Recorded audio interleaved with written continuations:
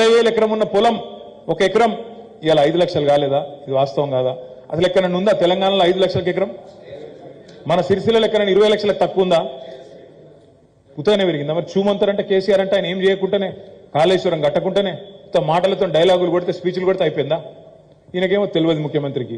పోనీ తెలుసుకుందామన్న జ్ఞానం లేదు. ఎట్లుందంటే ఇలా ఆయనకు రైతుల ఇప్పుడు కేసీఆర్ మీద కోపము, కాళేశ్వరం మీద కోపము రైతుల మీద దిస్తాడు.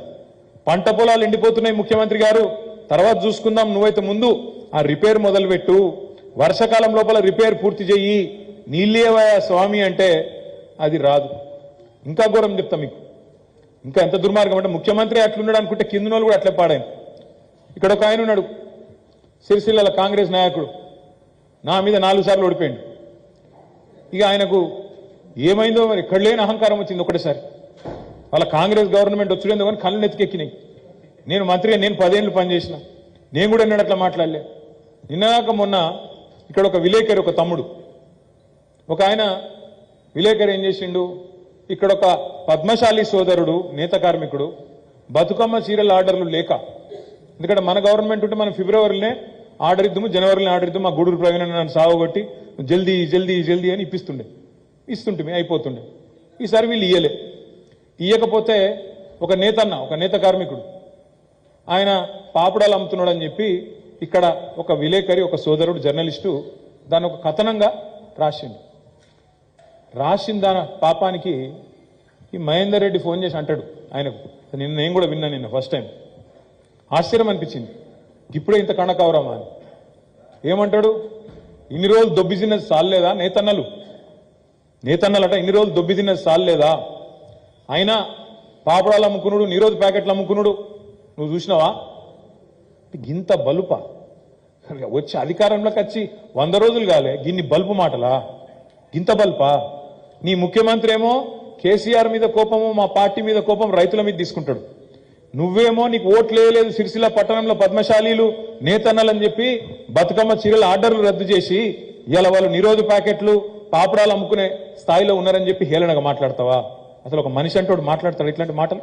నువ్వు ఒక నాయకునివా? నీకు అసలు ఇంగిత జ్ఞానం ఉందా?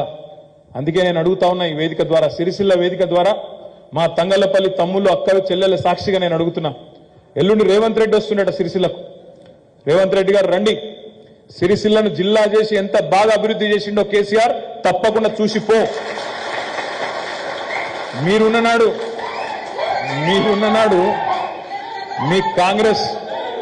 మీ కాంగ్రెస్ ప్రభుత్వం ఉన్నప్పుడు సిరిసిల్లను ఉరిసిల్ల చేసింది మీరు.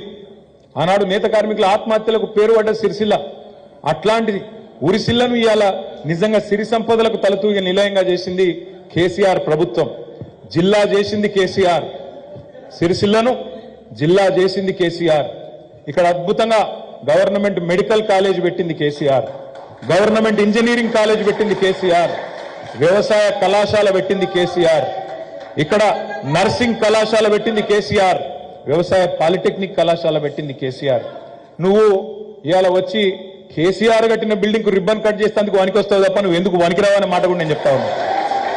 దమ్ముంటే ముఖ్యమంత్రి రేవంత్ రెడ్డి నేను అంటున్నా, దమ్ముంటే నీకు చేతనైతే ఎల్లుండి నీ నాయకుడు ఇక్కడ పోటీ చేసిన అర్భకుడు ఎవడైతున్నాడో క్షమాపణ చెప్పి, పద్మశాలి సమాజానికి క్షమాపణ చెప్పి, అడ్డగోలు మాటలు మాట్లాడినందుకు, కండకావరంతో మాట్లాడినందుకు క్షమాపణ చెప్పు మొదలు. నెంబర్ 1.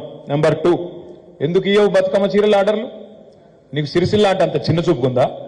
ఇక్కడ నేతన్నలంటే అంత చిన్నగా కనబడుతుండ్రా? రాష్ట్రం మొత్తంలో ఎక్కడున్నారండి పవర్ లూమ్ వీవర్స్? ఒక్క సిరిసిల్లనే ఉన్నారు. అంటే ఊకుంటాం అనుకున్నావు ఏంది? నువ్వు సిరిసిల్ల నేను వస్తా, మాట్లాడతా, ఊకదంపుడు ఉపన్యాసం ఇస్తా, పీకుతా అనుకుంటే ఊకోం. తప్పకుండా ఖచ్చితంగా సిరిసిల్ల నేతన్నలను ఆదుకోవాలి. బతుకమ్మ చీరలు కాదు, ఇంకా ఎక్కువ ఆర్డర్లు ఇవ్వాలి. నువ్వు, మేము బతుకమ్మ చీరలు ఆర్డర్లు ఇచ్చినాం, నువ్వు ఎక్కువ పని పెట్టు. మీ కాటన్ పరిశ్రమను కూడా ఆదుకో. చేతనైతే మేము ఒక్క మంచి పని చేస్తే నువ్వు 2 మంచి పనులు చేసి ప్రజల మనసు గెలుచుకో. సన్నాసి పనులు చేయకు. నా మీద కోపం, సిరిసిల్ల మీద కోపం ఇక్కడ నేతన్నల మీద తీర్చుకోకు. ఇది మంచి పద్ధతి కాదు. కేసీఆర్ మీద కోపమేమో రైతన్నల మీద తీర్చుకుంటావు, నా మీద కోపమేమో నేతన్నల మీద తీస్తావు, సిరిసిల్ల నేతన్నల మీద. ఇది ఏ పద్ధతి? ఏ ముఖ్యమంత్రి ఉండి నేను అడుగుతున్నా. ఇంకా సిగ్గులేదు వాళ్ళకి నిజంగా కూడా చెప్పాలంటే. ఎంత బాధ అనిపిస్తుంది అంటే, బతుకమ్మ చీరలు ఆర్డర్లు ఇయ్యరు, మీదికెళ్ళి దొబ్బి తిన్నది సాల్ లేదా అని మాట్లాడతాడు. ఎవడా దొబ్బి తిన్నది? నీ కాంగ్రెస్ వాళ్ళు దొబ్బి తిన్నారు. అధికారంలో 50 ఏళ్ళ నుండి పందికొక్కుల్లాగా దోచుక తిన్నది మీరు. దొబ్బి తిన్నదని ఎవరిని మాట్లాడుతున్నావు మన ఎత్తనాలను? అందుకే నేను అనేది మహేందర్ రెడ్డి గారు అధికారంలోకి రాగానే కన్నులు ఎత్తికెక్కి నోటికొచ్చినట్టు మాట్లాడుతున్నావు, పద్ధతి మార్చుకో, మంచిది కాదు. అధికారంలోకి రాగానే 100 రోజులకే గింత టెంపర్ వస్తే ఎట్లా? కానీ అధికారంలో నువ్వు వచ్చినావా? నువ్వు గెలిచినావు? ఇడేమన్నా నువ్వు ఎమ్మెల్యేవా? 4 సార్లు ప్రజలు ఓడగొట్టిరు, ఇంకా బుద్ధి రాలేదు, దానికి కూడా ఇంకా పెద్ద పెద్ద మాటలు. అందుకే నేను అనేది ఇప్పటికైనా బుద్ధి తెచ్చుకోండి, మర్యాదగా మాట్లాడడం నేర్చుకోండి. ఇంకొక మాట కూడా నేను అడుగుతా ఉన్నా, ఆలోచించమని కోరుతున్నా. ఇప్పుడే లక్ష్మక్క అన్నది, నిజంగా సిగ్గు శరం ఏం లేదు.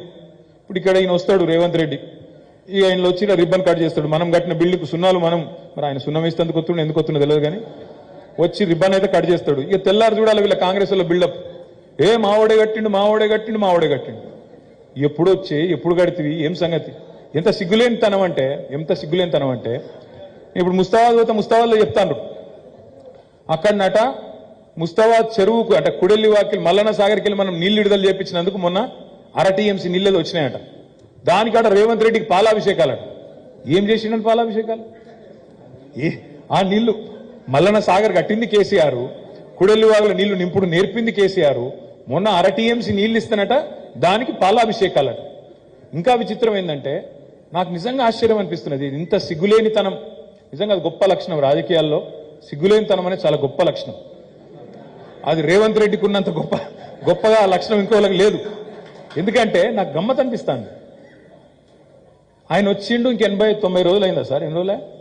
90 రోజులు అయినట్టుంది. ఇంకో 10 రోజులు అయితే 100 రోజులు నిండుతుంది. ఆ తర్వాత ప్రజలు చూసుకుంటారు.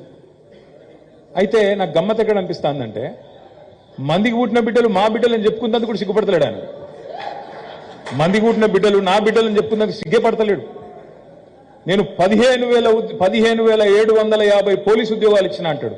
నేను ఒక్కటే ప్రశ్న అడుగుతున్నా, ఇక్కడ ఉన్న మా తమ్ముళ్లను, పత్రికల ద్వారా చూస్తున్న మా టీవీల ద్వారా చూస్తున్న మా తమ్ములను అడుగుతున్నా, రేవంత్ రెడ్డి వచ్చినాక ఒక్క నోటిఫికేషన్ అని ఇచ్చిండా? మరి ఆడికెళ్ళి వచ్చే ఉద్యోగాలు పెళ్లే కాకపోయా, పిల్లలు ఆడికెళ్ళి ఉట్టిరి. 15,750 పోలీసు ఉద్యోగాలు కేసీఆర్ గారి టైంలో రిక్రూట్మెంట్ అయిపోతే కాగితాలు నువ్వు ఇచ్చి పోజులు నువ్వు కొడితే ఎట్లా బ్రదర్? రెండోది 5,000